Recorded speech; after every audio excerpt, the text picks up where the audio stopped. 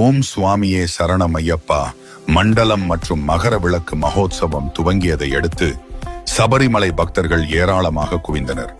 December 16 திங்கட்கிழமை மட்டும் 87,000 பக்தர்கள் சபரீஷனை தரிசனம் செய்ய 18வது படியில் ஏறினர். ஸ்பாட் புக்கிங் மூலம் 19,000 பக்தர்கள் தரிசனத்திற்கு வந்தனர். டிசம்பர் 17 செவ்வாய்க்கிழமையும் பக்தர்கள் கூட்டம் அதிகரித்து வந்தது. நிர்மால்யா தரிசனம் செய்வதற்காக பம்பையில் இருந்து பக்தர்கள் மலையேறி இரவில் சன்னிதானம் வந்தனர். நெய் அபிஷேகம் காண்பதற்காக கூட்டம் அலைமோதியது.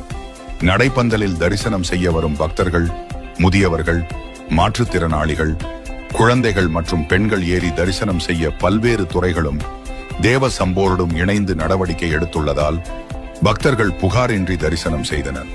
18வது படி கூட்ட நெரிசல் அதிகரித்து வருவதால் போலீசார் பாதுகாப்பு ஏற்பாடுகளை பலப்படுத்தியுள்ளனர். பெரிய நடைபாதையில் இருந்து சரம்குத்தி வரை